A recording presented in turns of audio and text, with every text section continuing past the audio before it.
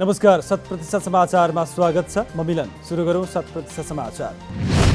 स्थानीय तह निर्वाचन आगामी वैशाख 30 गते गर्ने मन्त्री परिषदको निर्णय। आगामी वैशाख 30 गते एकै चरणमा 753वटा स्थानीय तह निर्वाचन गर्ने निर्णय गरेको सरकारका प्रवक्ता एवं सञ्चार तथा सूचना प्रविधि मन्त्री ज्ञानेन्द्र बहादुर कार्कीको भनाइ। निर्वाचनका लागि कानुन संशोधन आवश्यक नरहेको मन्त्री कार्कीको दावी। यसअघि निर्वाचन आयोगद्वारा 4 जेठ 2079मा स्थानीय तहको निर्वाचनको मिति घोषणा गर्न प्रधानमन्त्री समक्ष सिफारिस। 2074मा स्थानीय तहको निर्वाचन वैशाख 31, असार 14 र असोज 2 गते गरी 3 चरणमा। स्थानीय तह निर्वाचन ऐनअनुसार हाल कायम रहेका स्थानीय तहका जनप्रतिनिधिहरूको कार्यकाल 2079 साल जेठ 5 गते सकिँदै। गृह प्रशासनलाई सुधार गर्दै लैजानुपर्ने आवश्यकता रहेको गृहमन्त्री बालकृष्ण खाँडको भनाइ। मुलुकमा शान्ति स्थापनाका लागि गृह प्रशासनलाई सुदृढ र सुधार गर्दै लैजानुपर्ने आवश्यकता रहेकोमा जोड। द्रुत विकासको चाहनालाई पूरा गर्न मुलुकमा शान्ति आवश्यक रहेको भन्दै गृह प्रशासन र सुरक्षामा प्रदान गरिने बजेटले मुलुकलाई शान्त र समुन्नत बनाउन मद्दत गर्ने दावी। संविधानले दिएको मौलिक अधिकारहरूलाई स्थापित गर्नका लागि पनि मुलुकमा शान्ति सुरक्षाको आवश्यकता रहेको भनाइ। अध्यागमन प्रयोग गर्नेको सङ्ख्या दिन प्रतिदिन बढी रहेकाले नेपाल आउने र नेपालबाट बाहिर जानेहरूको तथ्याङ्क र यथार्थ विवरण राख्नुपर्ने गृहमन्त्री खाँडको भनाइ। सरकारद्वारा कोरोनाबाट आक्रान्त बनेको जनजीवनलाई थप सहज। काठमाडौँ उपत्यका लगायतका कोरोनाको जोखिम भएका विभिन्न स्थानहरूमा लगाइएको सवारी साधनको जोर बिजोर हटाइयो। स्वास्थ्यका मापदण्डहरूको पालना गरेर जनजीवनलाई सहज बनाउने तर्फ सरकार केन्द्रित। कोरोना बिरामीहरू अस्पतालमा भर्ना हुने क्रम घट्दै गएको र सङ्क्रमण पुष्टि हुनेको सङ्ख्यामा पनि कमी आएको सरकारी तथ्याङ्क। नेपालमा 12 वर्ष माथिका र 18 वर्ष मुनिका बालबालिकाहरूको सङ्ख्या अनुमानित 34 लाख रहेको र तीमध्ये 30 लाख बालबालिकाहरूले खोपको पहिलो मात्रा लगाएको भनाइ। मास्कको अनिवार्य प्रयोग गर्न, बेला बेलामा साबुन पानीले हात धुन र सेनिटाइजरको प्रयोग गर्न सरकारको आग्रह। नेकपा माओवादी केन्द्रले एमसिसी बारे थप निर्णय केन्द्रीय कमिटी बैठक पछि मात्रै गर्ने। सोमबार बिहान भएको माओवादी शीर्ष नेताहरूको छलफलमा एमसिसी बारे पार्टीभित्रको दोहोरो रणनीतिलाई आउँदो केन्द्रीय कमिटी बैठकले थप प्रश्न पार्ने सहमति। माओवादी केन्द्रले आउँदो 27 गतेदेखि पार्टी केन्द्रीय कमिटी बैठक बोलायो। केन्द्रीय समिति बैठक अघि 26 गते प्रतिनिधि सभाको बैठक बस्दै। प्रतिनिधि सभाको बैठकमा एमसिसी परियोजना अनुमोदन सम्बन्धी प्रस्ताव पेश गर्न नदिने माओवादीको निर्णय। पेट्रोलियम पदार्थको वैकल्पिक प्रयोगलाई प्राथमिकता दिने कुरामा सरकार लागिरहेको ऊर्जा, जलस्रोत तथा सिँचाइ मन्त्री पम्फा भुसालको भनाइ। पेट्रोलियम पदार्थको वैकल्पिक प्रयोगलाई प्राथमिकता दिने कुरामा आफू सकारात्मक रहेको र वैकल्पिक प्रयोगको प्राथमिकताका बारेमा गम्भीर भएर सोच्ने भनाइ। सरकारले आफ्नो मन्त्रालयलाई यस बारेमा बजेट उपलब्ध गराएमा आफू सहयोग गर्न प्रतिबद्ध रहेको मन्त्री भुसालको आश्वासन। अनेरा सोभियोद्वारा विद्यार्थी, मजदुर र सामान्य परिवारका मानिसहरूमा निःशुल्क इन्जेक्सन चुलो पुर्याउन सरकारसँग माग। पेट्रोलियम पदार्थको वैकल्पिक प्रयोगमा योजनाबद्ध रूपमा काम गर्न सरकारलाई आग्रह। पार्टीका पूर्व अध्यक्ष कमल थापा पार्टी विभाजन गर्ने पक्षमा नरहेको राष्ट्रिय प्रजातन्त्र पार्टी राप्रपाका उपाध्यक्ष ध्रुवबहादुर प्रधानको भनाइ। महाधिवेशनले दिएको जिम्मेवारीलाई वहन गर्दै पार्टीलाई एकताबद्ध बनाएर लैजान आफूहरू प्रतिबद्ध रहेको उपाध्यक्ष प्रधानको भनाइ। पार्टीलाई मिलाएर लैजान अध्यक्ष राजेन्द्र लिङदेनको भूमिका सबैभन्दा बढी हुने उपाध्यक्ष प्रधानको दावी। पार्टी विभाजनको पक्षमा पूर्वाध्यक्ष थापा नरहेको पार्टीकी महामन्त्री कुन्ती साईको पनि दावी। विगतमा पार्टीमा दुःख गरेका कुनै पनि नेता कार्यकर्तालाई समेटेर लैजानुपर्नेमा जोड।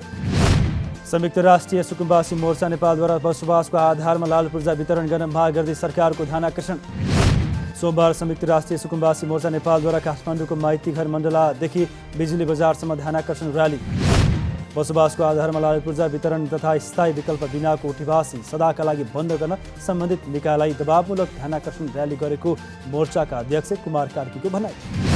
एउटा सरकारले लाल पूर्जा दिन फर्म भर्ने, अर्को सरकार उठीवासको सूचना टाँच्दै हिँडेकोले सरकारको दुई चरित्रको विरुद्धमा ध्यानाकर्षण गराएको अध्यक्ष कार्कीको भनाइ।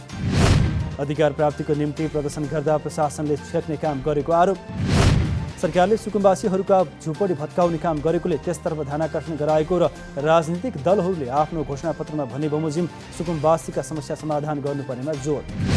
ताप्लेजुङमा भारी हिमपात र प्रतिकूल मौसमका कारण निरन्तर सुकेटार विमानस्थलमा उडान अवरुद्ध।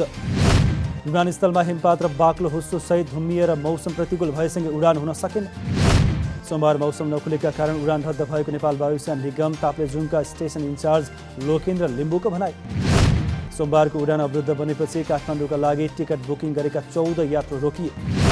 काठमाडौँदेखि ताप्लेजुङ आउन लागेका 12 यात्रु पनि उतै रोकिएको स्टेसन इन्चार्ज लिम्बूको भनाइ। सुकेटारमा हिमपातसँगै प्रतिकूल मौसमका कारण सुकेटार विमानस्थलमा पटक पटक उडान अवरुद्ध हुँदै आएको नेपाल वायुसेना निगमको भनाइ। कोभिड-19 संक्रमणको पछिल्लो अवस्था र सम्भावित प्रभावलाई मूल्याङ्कन गरेर जनजीवनलाई सहज बनाइएको जिल्ला प्रशासन कार्यालय काठमाडौँको जानकारी। केही प्रतिबन्धात्मक व्यवस्थासहित जिल्ला प्रशासन कार्यालयले आइतबार नयाँ आदेश जारी गरेको सहायक प्रमुख जिल्ला अधिकारी उमाकान्त अधिकारीको भनाइ। आदेशमा आगामी फागुन 1 गतेबाट शैक्षिक संस्थाहरू सञ्चालन गर्न पाउने आदेश। 12 वर्षभन्दा माथिका विद्यार्थीहरूका हकमा नियमित रूपमा र 12 वर्ष पुरा नभएका विद्यार्थीका हकमा विद्यार्थी सङ्ख्या समेत कक्षा सञ्चालन गर्नुपर्ने।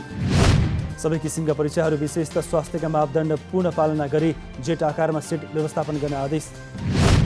धार्मिक, सामाजिक र सांस्कृतिक कार्यक्रम गर्दा बढीमा 100 जना उपस्थित हुन सक्ने। काठमाडौँ महानगरपालिकाभित्रका विद्यार्थीहरूलाई सोमबारबाट कोरोना विरुद्धको फाइजर खोपको दोस्रो मात्रा दिन सुरु। फाइजर खोपको पहिलो मात्रा लगाएको 3 हप्ता पुगेका 12 वर्षदेखि 17 वर्ष उमेर समूहका विद्यार्थीहरूलाई फागुन 5 गतेसम्म दोस्रो मात्रा दिइने। तोकिएका खोप केन्द्रमा बिहान 10 बजेदेखि अपराह्न 4 बजेसम्म खोप दिइने काठमाडौँ महानगरपालिकाका शिक्षा अधिकारी रामप्रसाद सुवेदीको भनाइ। ओडास्थित सामुदायिक सहरी स्वास्थ्य क्लिनिकमा सम्पर्क गरी पूर्ववत खोप केन्द्र तोकिएका विद्यालयहरूमा गई खोप लगाउन काठमाडौँ महानगरपालिकाको आग्रह। ललितपुर महानगरपालिकामा भने माघ 27 गतेदेखि फागुन 6 गतेसम्म खोप कार्यक्रम सञ्चालन हुने। सरकारसँग स्वास्थ्य उपकरण तथा रसायन परीक्षण गर्ने मेकानिजम नभएको केमिकल एन्ड मेडिकल आपूर्तिकर्ता सङ्घ केमसनका अध्यक्ष सुरेश घिमिरेको खुलासा। मेडिकल औषधिहरू आयात नीतिगत रूपमा व्यवस्थित भए पनि स्वास्थ्य उपकरणहरूको आयातमा भने मनलाग्दी हुने गरेको आरोप। राज्यसँग स्वास्थ्य उपकरण गुणस्तर परीक्षण गर्ने मेकानिजम नै नभएकाले कोरोना महामारीको समयमा स्वास्थ्य सामग्री जथाभावी रूपमा आयात भएको तथ्य स्मरण। अहिले बजारमा कुनै पनि मेडिकल उपकरणहरूको अभाव नरहेको अध्यक्ष घिमिरेको दाबी। बजारमा औषधिहरूको धेरै माग भएकोले पारासिटामोल लुकाएर कृत्रिम अभाव सिर्जना गरिएको घिमिरेको स्वीकारोक्ति। पछिल्लो समय स्वास्थ्य उपकरणका विभिन्न स्वास्थ्य सामग्रीहरू बजारमा नक्कली पाउन थालेकाले यस्ता सामग्री आयात नगर्ने व्यवसायीहरूलाई आग्रह। इन्जिनमा समस्या आएपछि कतारको दोहामा थन्किएको A320 नेपाली ध्वजावाहक जहाजलाई इन्जिन भाडामा लिएर उडाउने तयारी। इन्जिनमा समस्या आएपछि 28 डिसेम्बर 2021 देखि नेपाली ध्वजावाहक जहाज कतारमा ग्राउन्डेड। काठमाडौँबाट दोहा पुगेको जहाज सुरक्षित अवतरण भएपछि पार्किङ गर्ने क्रममा एउटा इन्जिनमा समस्या। कतार स्थित कतार एयरवेजका इन्जिनियरले जहाजको निरीक्षण गरेको र सो क्रममा जहाजको बायाँ इन्जिनमा आन्तरिक खराबी पहिचान। नेपाल एयरलाइन्सले त्यसपछि इन्जिन उत्पादनकर्ता PWIAE-सँग परामर्श लिएको र सो क्रममा इन्जिन फेरेर मर्मत गर्न सुझाव। नेपाल राष्ट्र ब्याङ्कले मङ्गलबार 14 अर्ब 10 करोड रुपियाँ बराबरको ट्रेजरी बिल सार्वजनिक गर्दै 28 दिन, 91 दिन र 365 दिन गरी 3 किसिममा कुल 14 अर्ब 10 करोड रुपियाँको ट्रेजरी बिल सार्वजनिक गरिने। इच्छुक लगानीकर्ताद्वारा सोमबार 3 बजेसम्म उक्त ट्रेजरी बिल खरिदका लागि दरखास्त आह्वान। बैंकका अनुसार 28 दिनका लागि 2 अर्ब, 91 दिनका लागि 7 अर्ब 10 करोड र 365 दिनका लागि 5 अर्ब रुपियाँ बराबरको बिल जारी गरिने। बिलहरू जारी भएको मिति मार्च 25 गतेदेखि क्रमशः फागुन 24 गते 2079, वैशाख 27 गते र 2079 माघ 24 गते परिपक्व हुने।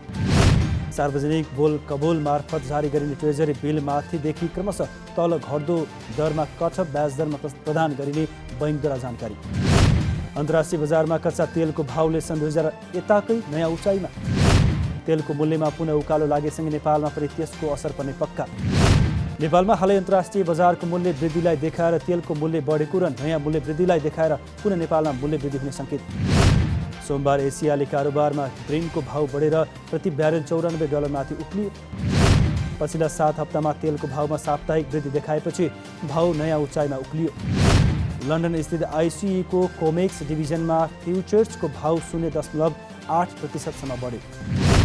साताको पहिलो कारोबारको दिन आइतबार 40 अङ्कले बढी गिरावट आएको नेप्से परिसूचक सोमबार 15 अङ्कभन्दा बढीले वृद्धि।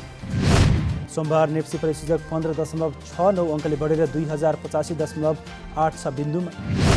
सेन्सिटिभ इन्डेक्स 3.05 अङ्कले बढेर 5.35.32 बिन्दुमा।